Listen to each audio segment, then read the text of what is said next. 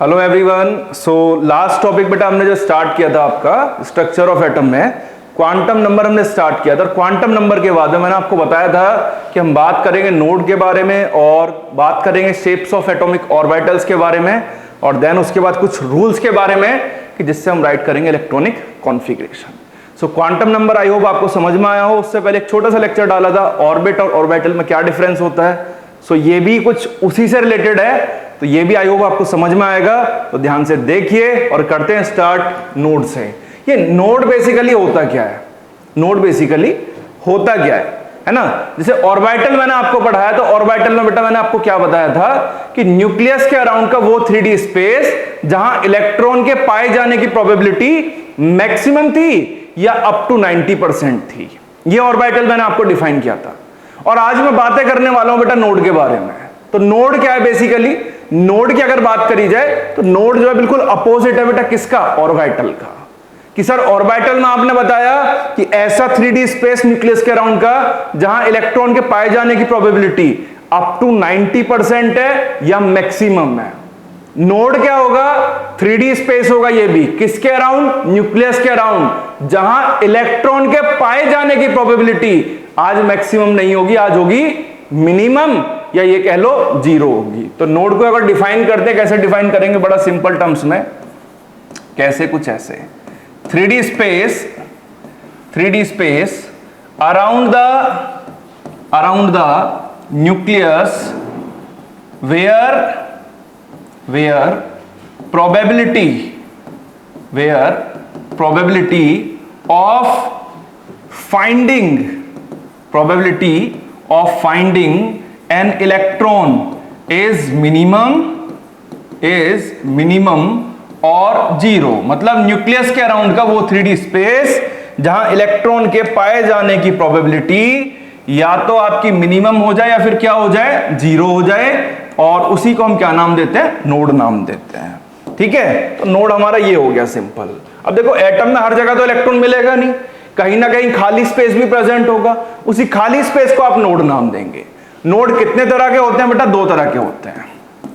Types of node. तो types of node की अगर मैं आपसे बात करूं, दो तरह के आपके नोड्स होते हैं, 2 टाइप्स। और सबसे पहला जो नोड आता है बेटा वो आता है आपका रेडियल नोड। और इसी नोड का दूसरा नाम है बेटा कौन सा नोड? Spherical node. कौन सा नोड? स्फेरिकल नोड जिसे कहते हैं।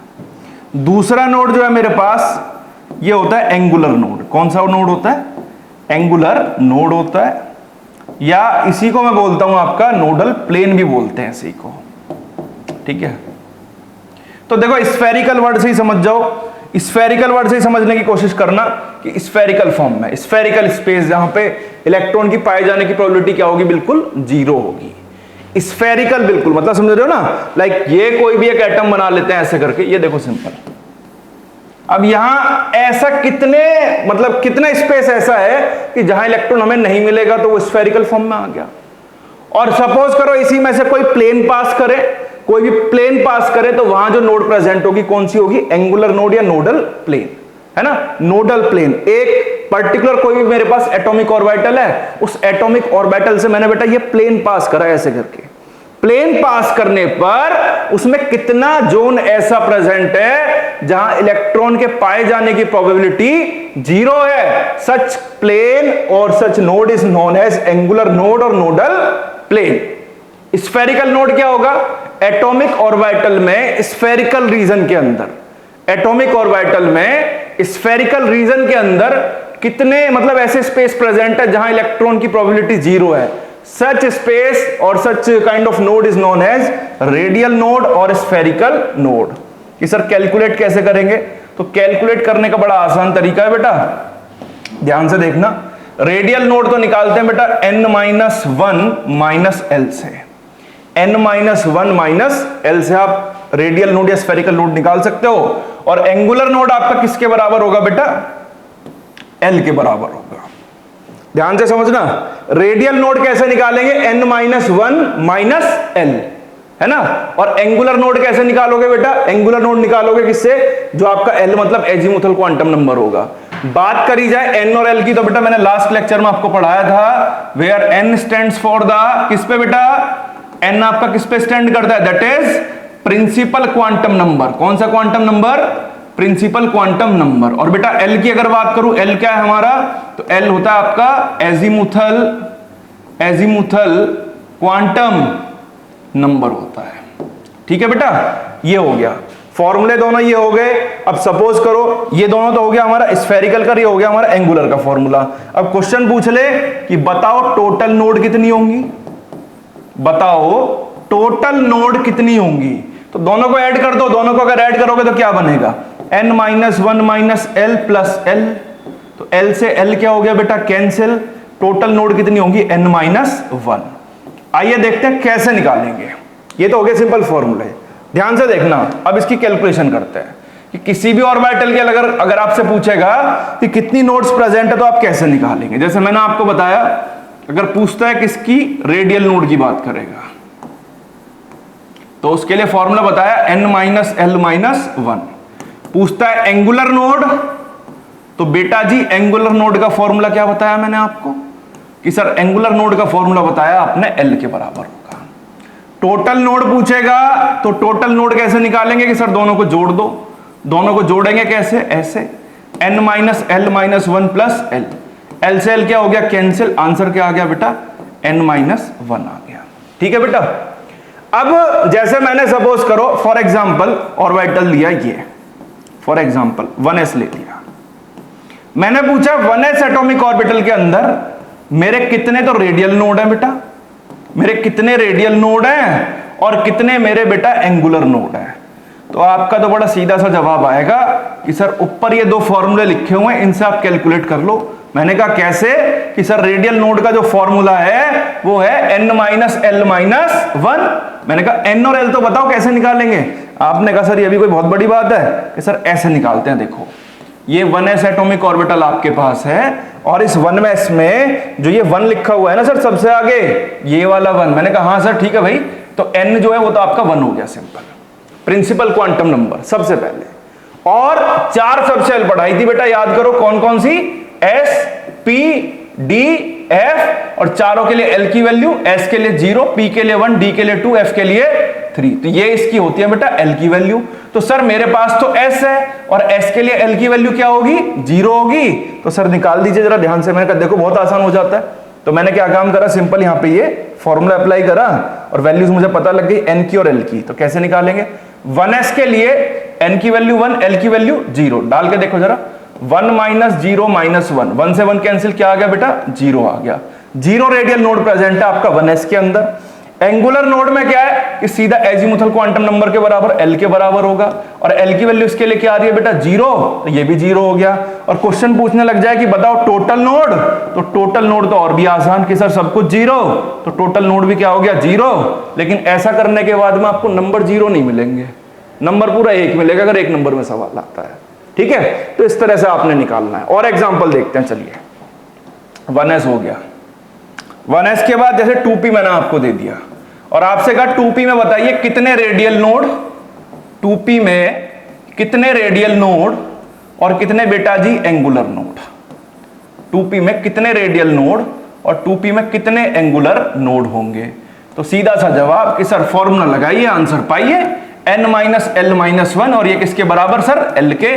तो मैंने कहा n और l तो निकाल लो कि सर अब तो चुटकियों में हो जाएगा। कैसे होगा कि सर 2p में आगे जो 2 लिखा हुआ है ये किसकी वैल्यू है n की, और ये p जो लिखा हुआ है इसका मतलब p सब सेल के लिए l की वैल्यू क्या होती है 1 होती है कि सर अब तो निकाल सकते हो। मैंने कहा हाँ भाई अब तो निकल जाएगा कि 2 माइनस 1 माइनस 1, अगेन दोनों कैंसिल हो गए थे, क्या आ गया 0। l की वैल्यू कितनी है 1, तो 1 हो गया। टोटल नोड कितने हो गए, 0 प्लस 1 कर लो बेटा जी। टोटल नोड कितने हो गए 0 प्लस 1, तो टोटल नोड मेरी कितनी आ गई बेटा 1 आ गई। ऐसे निकालना है, वेरी इजी। 3D दे दिया सपोज दैट, कह दिया 3D ऑर्बिटल दिया हुआ है, बताओ इसके लिए रेडियल नोड, बताओ इसके लिए रेडियल नोड, एंगुलर नोड या नोडल प्लेन भी कभी पूछे वो क्या होगा।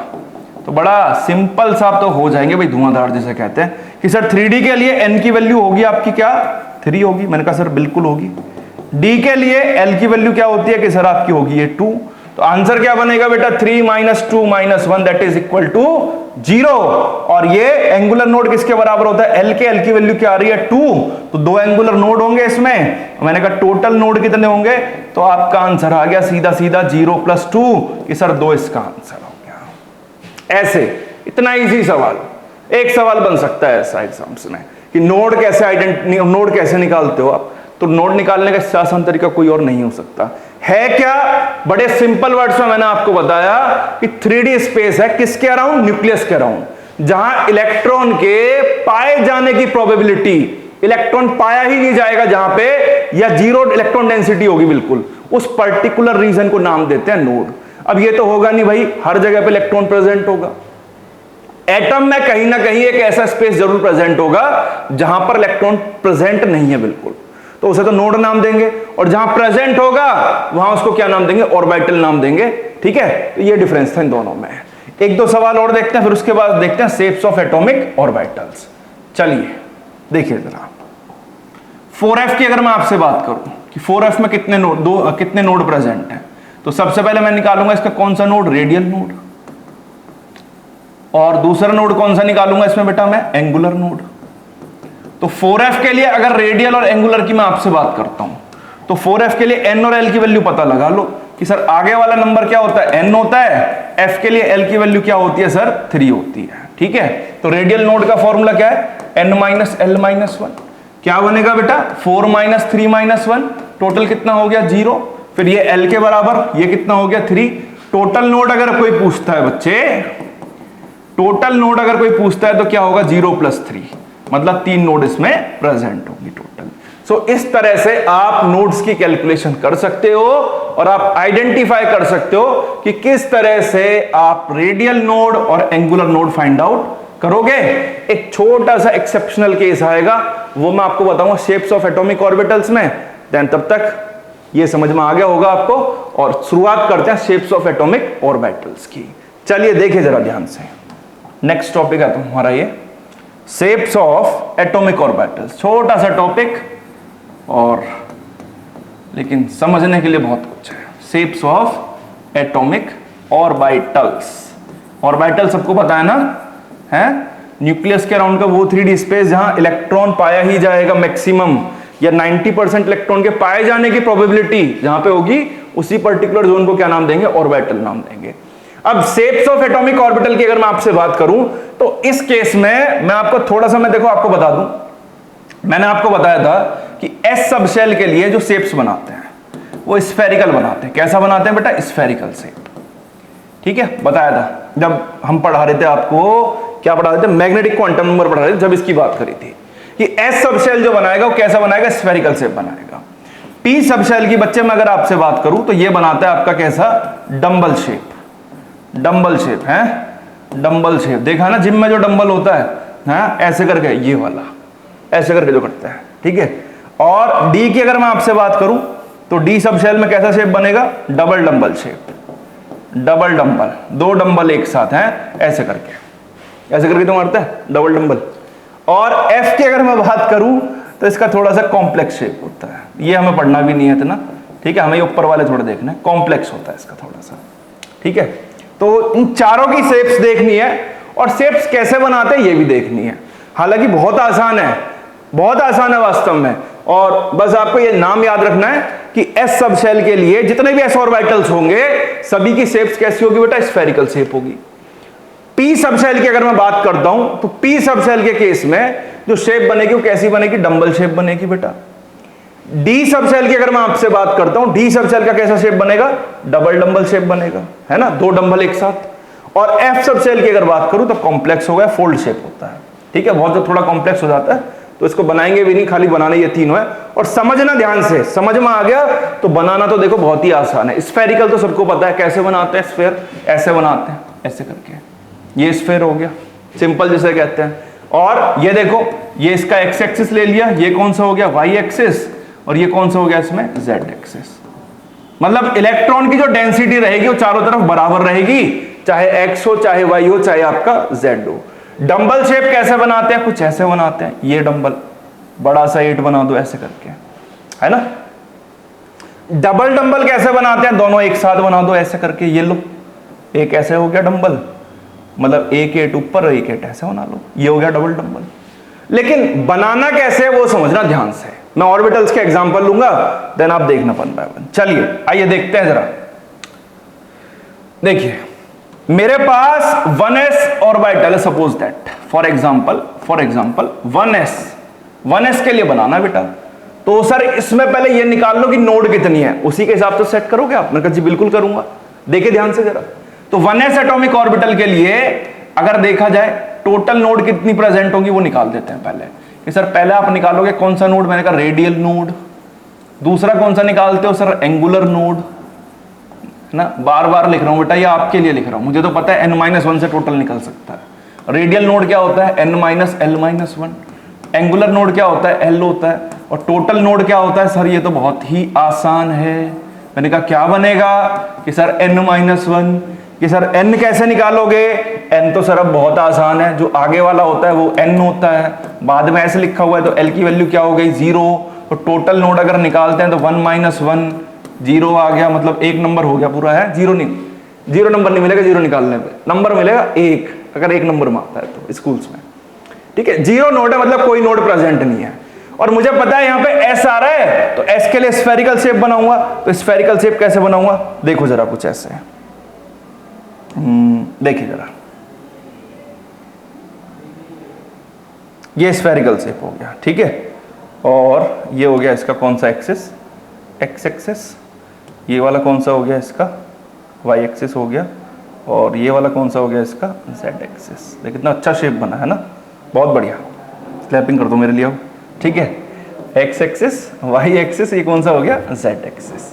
ये किसका शेप है, ये 1s एटॉमिक ऑर्बिटल का शेप है बेटा, 1s ऑर्बिटल, जहां इलेक्ट्रॉन प्रोबेबिलिटी मैक्सिमम है। चाहे मैं अगर बात करूं x की तरफ या y की तरफ या z की तरफ, बराबर है चारों तरफ, क्योंकि स्फेरिकल है, सिमेट्रिकल स्ट्रक्चर बन रहा है, बिल्कुल सिमेट्रिकल है। तो चारों तरफ ये सेंटर हो गया, चारों तरफ बराबर प्रेजेंट है। नोड की अगर बात करूं तो यहां पूरे में आपका ये इलेक्ट्रॉन प्रेजेंट होगा, ये पूरे में जिसे कहते हैं, कोई नोड प्रेजेंट नहीं है इसमें। तो मैं आपको एक कलर करके दिखा रहा हूं, तो यहां पूरे में आपका ये इलेक्ट्रॉन प्रेजेंट होगा, है ना, क्योंकि एक में इसमें जीरो नोड है। तो जीरो नोड का मतलब यही तो होगा कि यहां पर इलेक्ट्रॉन प्रोबेबिलिटी मैक्सिमम रहेगी चारों तरफ, जिसे कहते हैं। Is it clear to all of you, समझ में आ गया होगा ना, ठीक है। ये इस तरीके से बनाना है। सपोज दैट अगर 2s की बातें करेगा, निकाल लेते हैं 2s के लिए। तो 2s के लिए अगर नोड निकालते हो टोटल, तो n-1 कर लेते हैं। n की वैल्यू क्या होगी बेटा जी, 2 होगी। 2-1 सर कितना आ गया, 1, मतलब एक नोड प्रेजेंट है, तो एक खाली स्पेस आएगा। वो खाली स्पेस कहां आएगा, देखो एक एरिया तो ये हो गया, यहां इलेक्ट्रॉन मिलेगा ही मिलेगा। और अब सपोज करो एक नोड आ रही है, तो उस नोड को मैं ऐसे दिखा देता हूं, ध्यान से देखना जरा, ऐसे, ये थोड़ा सा बड़ा हो जाए भाई, ओहो,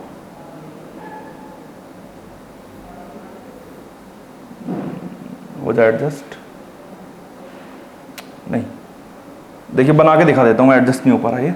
यहां देखिए, लाइक एक ये हो गया मेरा, और ये खाली स्पेस छोड़ दिया मैंने बीच में, ये वाला, ये जो खाली स्पेस बच रहा है ना, एक खाली स्पेस छोड़ दिया मैंने ये।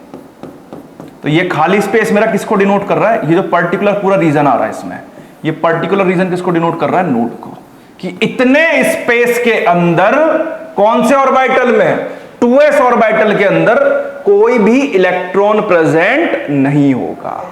बात सुनना ध्यान से, 1s में कोई नोड था ही नहीं, कोई नोड था नहीं, तो बेटा हमने क्या काम करा, सिंपल एक सर्कल बनाया, स्फीयर बनाया, बनाने के बाद चारों तरफ देखा इलेक्ट्रॉन प्रेजेंट है। 2s में क्या देख रहा हूं कि एक नोड प्रेजेंट है, तो इतने रीजन में इलेक्ट्रॉन होगा, मान लेते हैं, येलो से दिखा देता हूं इसको, इतने रीजन में इलेक्ट्रॉन होगा, है ना, पहले सर्कल की तरफ।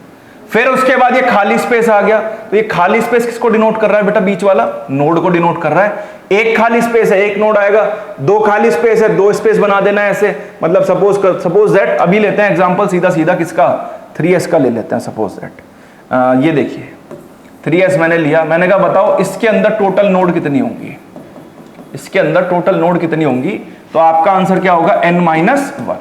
कि सर 3-1 कितना आ गया, 2। मैंने कहा दो नोड क्या, हाँ सर। अब दो नोड कैसे दिखानी है, पहला, दूसरा और ये तीसरा, समझना। अब मैं जो व्हाइट से नोट करूं वो देख लेना ध्यान से बस आप। ये तो हो गया इसका कौन सा एक्सिस, एक मिनट बस, ये हो गया इसका x, ये y हो गया, और ये वाला कौन सा हो गया इसका z हो गया। ठीक है बेटा, अब सुनो, नोड दिखाने वाली बात है, तो नोड कितनी दिखानी है मुझे, दो नोड दिखानी है। एक खाली स्पेस बेटा ये आ रहा है, ये वाला बीच में, बिल्कुल ये बीच में खाली स्पेस, ये नोड हो गया, और एक ये वाला खाली स्पेस आ रहा है, तो ये भी क्या हो गया मेरा नोड हो गया। और टोटल नोड कितनी है इसमें, दो नोड प्रेजेंट है। सो इस तरीके से बना देना है, सिंपल स्फेरिकल, इस तरीके से आपको क्रिएट करना है। ठीक है, नेक्स्ट आगे देखते हैं जरा पी सब शेल की तरफ। चलिए पी सब शेल देखिए जरा। पी सब शेल के लिए मैंने अभी आपको बताया कि पी सब शेल की जो शेप आप बनाओगे, पी और मेटल्स का शेप जो आप बनाओगे वो बनाओगे कैसा, डंबल शेप, जिम का डंबल है, जिम का डंबल।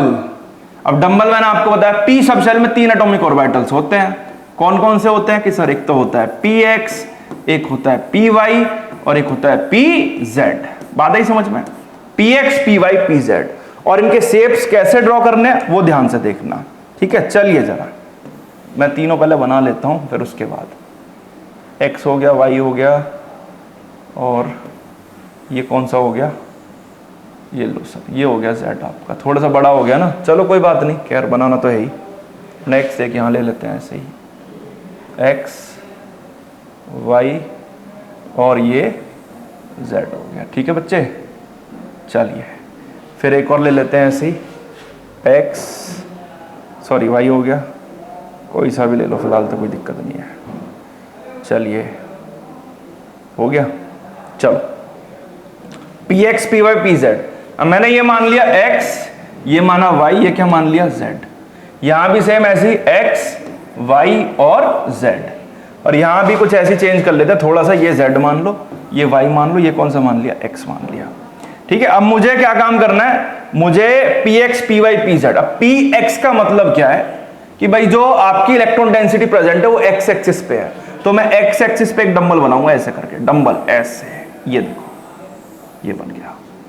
अब जब देखो ये जो मैंने बनाया ना डंबल इस तरीके से, ये जो मैं डंबल बना रहा हूं बेटा ऐसे, तो ये जो साइड में बीच में गैप आ रहा है ना, ये जहां ये दोनों लोब्स आपस में मिल रही है ना, दोनों लोब्स, जैसे इधर से बैलून बना रखा है, इधर भी ये बैलून बना रखा है, इनको बोलते हैं लोब्स। क्या बोलते हैं, लोब्स बोलते हैं। जिस पॉइंट पर ये दोनों लोब्स मीट कर रही है, that point is known as node in the p orbital. ये नोड होता है बेटा जहां दोनों लोब्स आपस में मीट कर रही है एक पर्टिकुलर पॉइंट पे। बात आ रही समझ में? तो मैं अगर px की बात करूं, मैंने x एक्सिस पे बना दिया, ये मेरा px बन गया।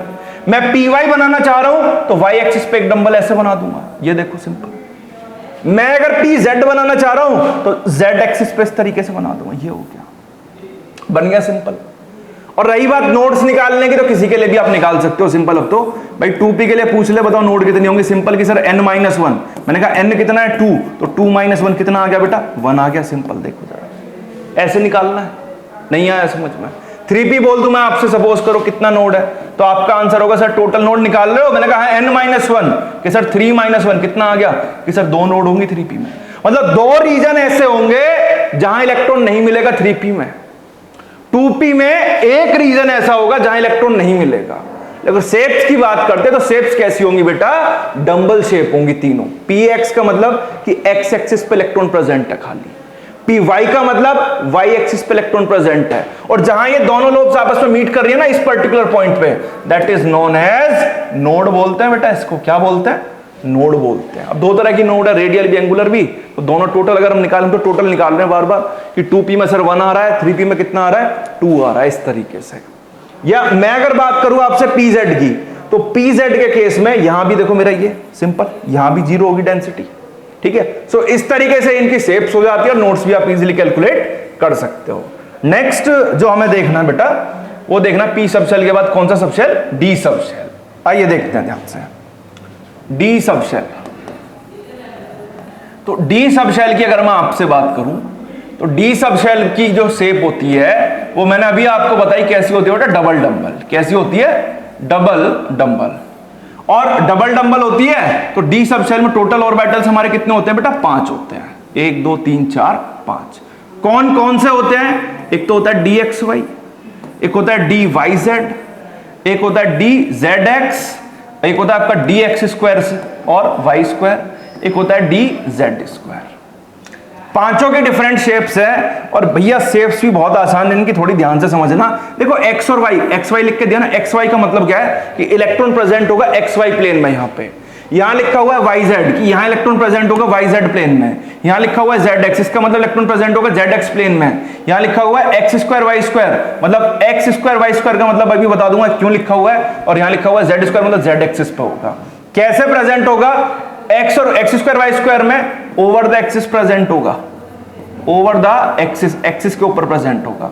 जेड स्क्वायर में भी ओवर द एक्सिस प्रेजेंट होगा, over the axis he present होगा, है ना। लेकिन यहां एक्सिस पे प्रेजेंट हो, एक्सिस पे प्रेजेंट नहीं होगा। एक्सिस के अलावा कहां प्रेजेंट होगा? आइए देखते हैं ध्यान से, वन बाय वन सबकी शेप्स देखेंगे और क्लियर हो जाएगा आपको टॉपिक ये बहुत अच्छे तरीके से। ये मेरा एक्स एक्सिस हो गया, ये मेरा कौन सा हो गया? Y axis. मैं बनाने जा रहा हूं डी एक्स वाई बेटा, मैं क्या बनाने जा रहा हूं? डी एक्स वाई और डबल डंबल बनाऊंगा बेटा, ध्यान से देखना। ये मेरा एक्स एक्सिस, ये मेरा कौन सा? Y axis. कि सर आपने बोला कि d x square Y square d Z square, ये तीनों मतलब ये दोनों ऑर्बिटल्स जो है मेरे, ये एक्सिस के ऊपर प्रेजेंट होते हैं। तो d x y d y z d z x कहां प्रेजेंट होंगे? तो ये एक्सिस पे ना होके साइड में प्रेजेंट होते हैं, ऐसे ऐसे।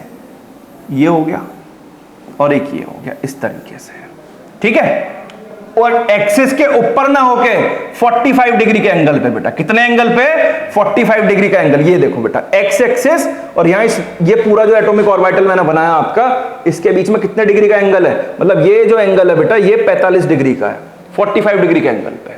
डी एक्स वाई हो गया। सपोज करो डी वाई जेड बनाना है तो और भी आसान, ये देखो ये बना लो वाई एक्सिस, ये कौन सा एक्सिस बना लिया? Z axis. अगेन ऐसी बना दो एक, ये हो गया, ये बन गया मेरा d y z, again 45 degree. बोल रहा है डी जेड एक्स, तो डी जेड एक्स में भी ऐसे कर लो कुछ, ये लो, ये अगेन जेड एक्सिस मान लिया, ये कौन सा मान लिया? एक्स। ये लीजिए, सिंपल बिल्कुल ऐसे करने, दो डंबल एक साथ बना दो और d x y y z z x बोल रहा है तो एंगल जो है 45 डिग्री का होगा, जो भी आपका एक्सिस आप नीचे ले रहे हो। इस तरीके से बनाना है कि sir x square Y square और ये जेड स्क्वायर का कैसे बनाना है। आइए देखिए, ये और भी आसान है, बहुत आसान। बस 45 डिग्री ना करके अब की बार कितना कर दोगे? 90 पूरा ऐसे, ये 90 डिग्री का एंगल। देखो जरा ध्यान से, ये देखो, अगर मुझे बनाना है d Z square Y square, sorry d x square Y square, तो ये और भी आसान। ये लिया मैंने बेटा आपका एक्स एक्सिस, ये मैंने लिया आपका कौन सा axis? Y axis. Over the axis, axis के ऊपर बना दो। ये हो गया वाई के लिए और ये मेरा किसके लिए होगा? एक्स के लिए। तो ये मेरा शेप बन गया किसका? D x square Y square का। इस तरीके से बनाना है। Suppose that D Z square बनाना है तो सर बहुत आसान है, हाँ बिल्कुल आसान है, बस थोड़ा सा एक चेंज हो जाएगा। क्या चेंज होगा सर? देखो एक्स मान लिया, इसको जेड मान लिया, जेड पे ही बनाना है खाली क्योंकि जेड की बातें कर रहा है। और बीच में यहां पे हल्का सा ये आता है, ये देखो कितना प्यारा लग रहा है। इसको बोलते हैं डोनट शेप। डोनट सुना होगा शायद आपने, मैंने खाया भी है डोनट, ठीक है, डोनट शेप बोलते हैं। एक प्लेट लगा दी बीच में, सिंपल जिसे कहते हैं डोनट शेप होता है। खास बात इसकी ये है कि डी जेड स्क्वायर के लिए अगर पूछता है रेडियल नोड कोई भी, तो इसके लिए रेडियल नोड भी 2 होती है और इसका जो एंगुलर नोड है बेटा, इसका जो एंगुलर नोड है वो भी कितना होता है? 2। This is a exceptional case for the D Z square. Very simple, कितना आसान काम है। देखो कहीं से कहीं तक मुझे नहीं लग रहा कि ये आपको प्रॉब्लम हो ही ना सीखने में, क्योंकि बस आपको अगर प्लेन्स वगैरह पता है तो आपको कोई भी प्रॉब्लम नहीं होगी, पक्का। चलिए मैं दोबारा एक बार बताता हूं। जो आपकी डी सबशेल है, उस डी सबशेल में 5 एटॉमिक ऑर्बिटल्स थे। कौन कौन से?